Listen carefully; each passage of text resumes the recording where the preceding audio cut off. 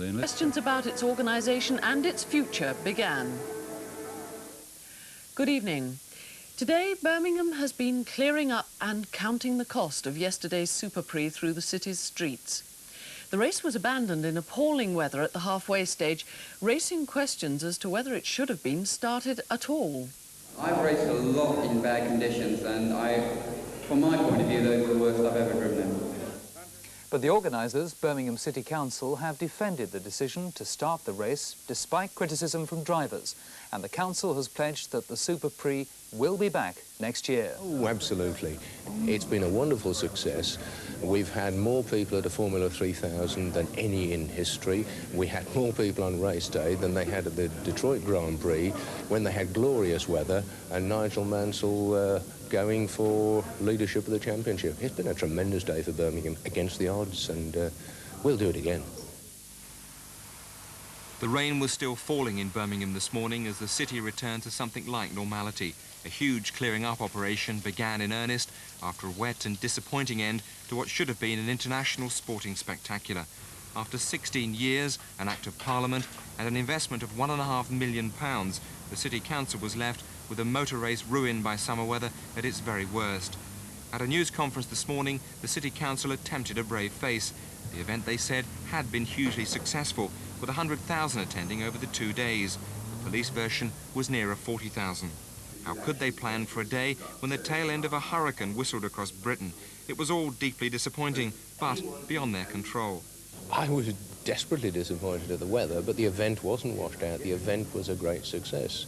But as with many motor racing occasions, Grand Prix have been stopped at Monaco, they've been stopped at Silverstone. It happens in motor racing because it's a dangerous sport and safety is preeminent. And when the rain gets too bad, you stop. But people still had a wonderful weekend, albeit a very damp one. On Sunday morning, though, the sun smiled on Birmingham for practice day, despite the overnight irritation of vandalism to the Armco safety fences. Drivers and officials alike paid glowing praise to the concept of city centre racing. It's got a tremendous atmosphere. I don't know whether I'm prejudiced, sort of being in my hometown, but it's just got a real good feeling. Everybody is smiling, happy. There's a lot of people here already. I think it's tremendous, and the enthusiasm of all the people. We've got a good crowd here today, and I think I can speak for everybody when I say we're having jolly good fun. By Monday lunchtime, Hurricane Charlie was beginning to blow its worst across the Midlands. Winds were whipping up and the dogged crowd had to endure hours of torrential rain. The Renault celebrity race did go ahead. It featured many famous names from sport and entertainment, all united, it seemed, in praising the idea to the hilt. Well, I'm thrilled to bits by it. I'm a keen supporter of this particular venture, and I still have a job to believe that it's actually happening now. The same streets that one drives into and out of work, subject to this great festivity, and I think it's marvellous. I've had a practice in this beast here. I went round Mallory Park on Wednesday, and it absolutely amazed me what you could actually do, so steer clear on the Birmingham New Road next week. But conditions were deteriorating all the time, and that was causing some alarm to drivers and officials. As the Superprix approached, so did the hype, crashing thunderclaps across leaden skies.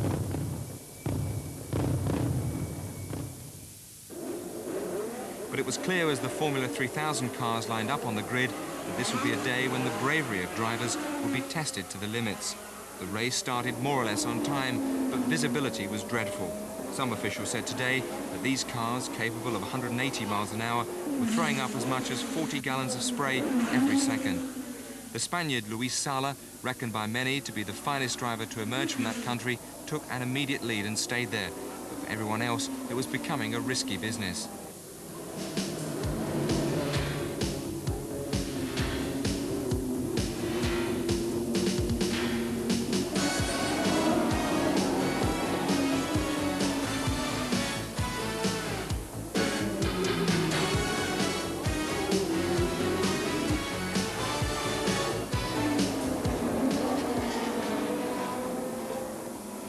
The race lasted 25 laps. Sala was in the lead when the inevitable happened. The Lola, driven by the Briton Andrew Gilbert-Scott, was involved in an accident that blocked the course. The red flags were up and the Superprix was halted at its halfway stage, with the drivers angered by the conditions they were being expected to endure. To me, when I was out there, all they were big shunt for somebody to be heard to stop it. It wasn't a question of, I mean, it couldn't get any worse out there. So it just seemed to me they were going to wait for the shunt, and I mean, as it happened, it was my shunt they waited for. As the wreckage was cleared, it became obvious that there would be no restart.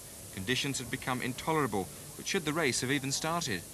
I don't think that's correct. I think at the time of the start, conditions, yes, they were poor. They certainly didn't warrant a delayed start. The man who crashed suggested that you were waiting for a shunt in the event it was his shunt that stopped this race. That also I would refute. I don't wait for accidents. If a race needs to be stopped, I don't hesitate when I have to stop it. The circumstances of that particular accident necessitated me stopping it.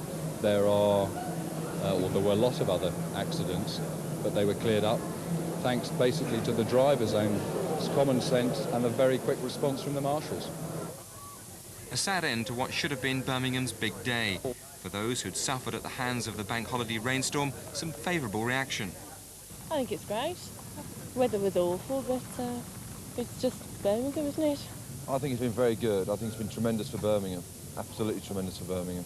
I think it's very good. Pity about the big cars not being able to come out, but the Renault 5s were great fun. So Birmingham mopped up this morning, saddened perhaps by the way it had all ended, yet with public confidence about an event the city has backed for the next 5 years. So the race will definitely go ahead bigger and better next year? Oh, absolutely. It's been a wonderful success. We've had more people at the Formula 3000 than any in history. We had more people on race day than they had at the Detroit Grand Prix when they had glorious weather and Nigel Mansell going for leadership of the championship. It's been a tremendous day for Birmingham against the odds, and we'll do it again. Race organisers were all united about one thing today. The weather for Superprix 87 can scarcely be as bad as this year, the day the Birmingham Superprix rolled to a sad